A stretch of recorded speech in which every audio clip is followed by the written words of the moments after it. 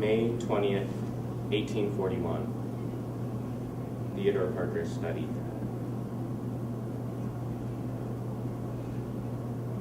Cry aloud, do not hold back.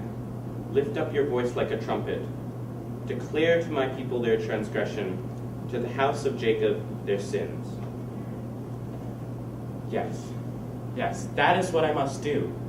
But I am a vexed man. On one hand lies truth, and on the other, reality. If only I'd known yesterday at Mr. Shackford's ordination that ministers of other denominations who would come would not be so welcome to my radical beliefs. But all of their tedious traditions are but tentative, transient guesses on the absolute truths of Christianity, the permanent words of Christ. Only a week before now, I shared the same exact ideas without any protest, but I suppose this shows how far my congregation at the Second Church of Massachusetts has come.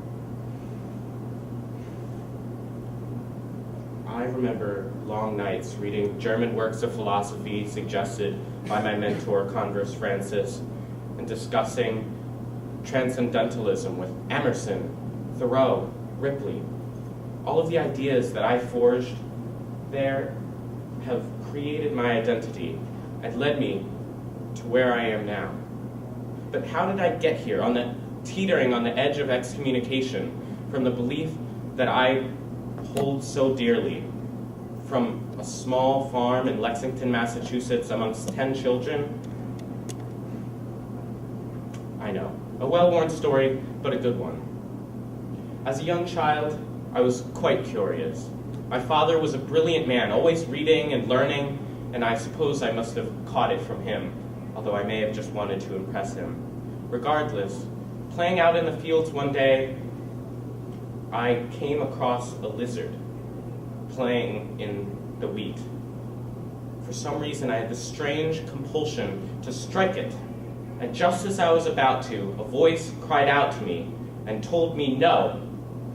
I was very disturbed by the experience and ran home to my mother. She was always the comforting one of the family, and she told me this advice, that if ever I came across any trouble, needed to make any decision, I need only listen to that voice, the one which had told me no, because it was the voice of God. And I know now that it was also the voice of nature. I've listened to this very advice up to now, and I know that that is what I must do. If I do, it may lead me to desolation, but it follows down the path of righteousness. So, I must cry out. I cannot hold back. Let me lift up my voice like a trumpet, declare to my people their transgression, to the house of Jacob their sins. My previous sermon did not do justice to the passion that I feel, so I must deliver another, one which captures all of my ideas, whatever the cost. If I'm to go out, let it be in a stand for what I believe.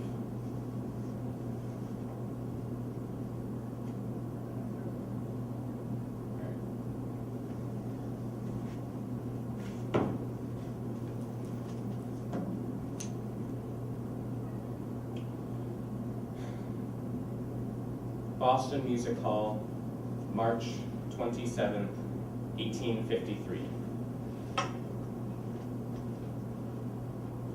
And to men let me say, respect. With the profoundest reverence, respect the mother that bore you, the sisters who bless you, the woman that you love, the woman that you marry.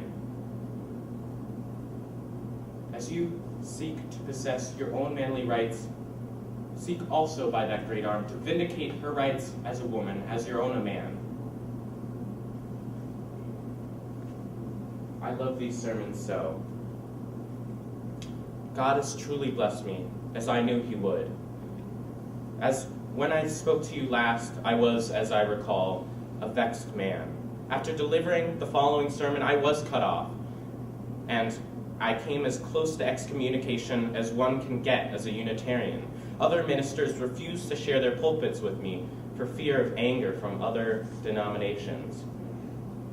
Even so, 300 of the core members of my congregation gathered together and reserved the Melodeon Theater for me to speak every Sunday.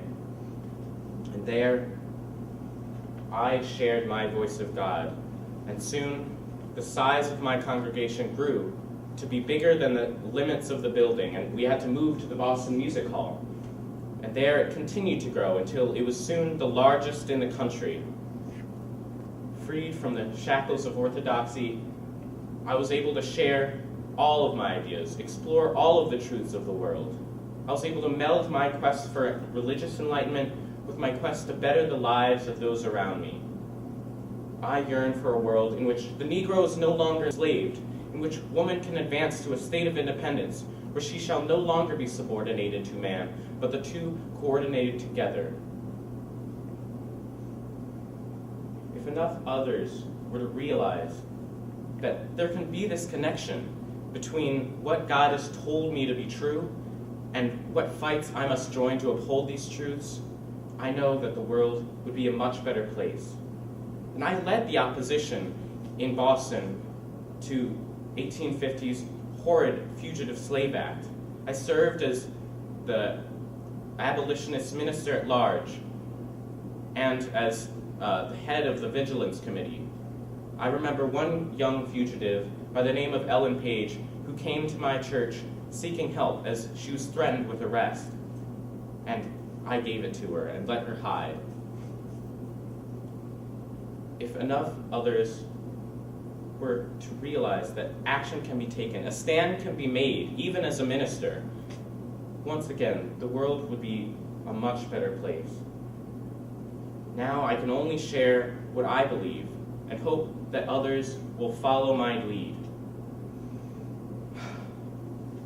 Hopefully my story will go on for decades to come. And only then, if people keep in their minds this stand, then I know that things will be better in the church, better in the state, in the community, in the home. Then the green shall show what buds it hid, the buds shall blossom, the flowers bear fruit, and the blessing of God be on us all.